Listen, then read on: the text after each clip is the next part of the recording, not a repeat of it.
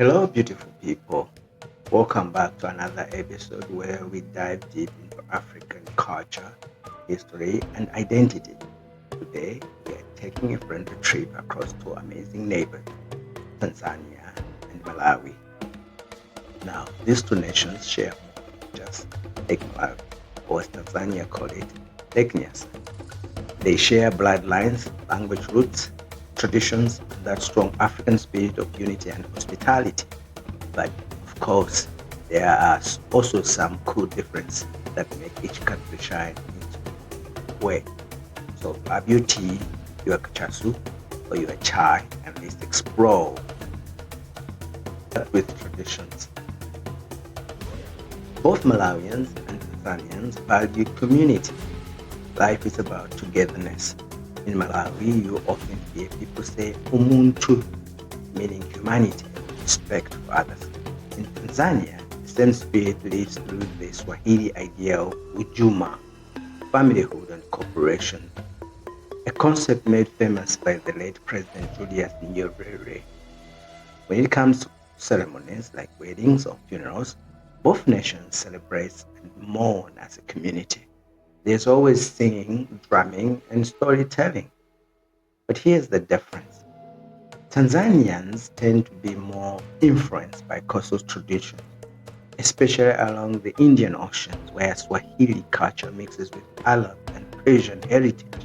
Meanwhile, Malawian traditions lean more towards the Chewa, Yao, and Tumbuka customs, rich with dances like Gule Wamkulu, the secretive and sacred great dance of Chewa people. Now let's talk about one of the African favorite expressions, dance. In Malawi, dances carry meaning. The Gule Wamkulu represents ancestral spirit. Malipenga is military style dance symbolizing discipline and pride. And Chilimika is the New Year's celebration full of color and energy. Tanzania, on the other hand, has an incredible mix of tribal and Swahili coastal dances. You find the Ngoma, a term that means both drum and dance. It varies across tribes like the Sukuma, Changa, and Makonde. There's also Tarab from Zanzibar, where traditional African rhythms meet Arabic melodies and poetic lyrics. The energy is both in both countries. Dances is contagious. Where it's Malawian wedding or a Tanzanian festival, you can bet the drums will talk louder than words. Now let's head to the kitchen. Because food tells the story of a people. If you've ever eaten in Malawi or Tanzania, you know nsima or ugali as Tanzania call it. This is king. This thick maize meal is served with relish, beans, fish, or vegetables, and it's the heart of every meal. Both countries love fish, especially communities around Lake Malawi and Lake Tanganyika. Malawians enjoy chambo, that delicious lake fish, while Tanzania might serve danga, a small dried fish you find it at every market.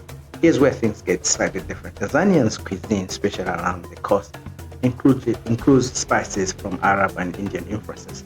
Think in Peru, samosas, chapati, and coconut curries. Malawian food, on the other hand, keeps it simple but comfortable: beans, rape candolo, sweet potatoes, and chicken stew. Both cuisines celebrate freshness, sharing, and a flavor. Because in both Malawi and Tanzania, eating alone is almost unheard of. Let's move on to fashion. And trust me, both nations know how to dress beautifully. Malawians love colorful chitenge wraps, often used for dressing, carrying babies, or even covering chairs during ceremonies. Tanzanians also use kitenge and kanga, but they've added an artistic twist. Their kanga often come printed with Swahili saying like Sebula ya vuta heli, meaning patience bring blessings.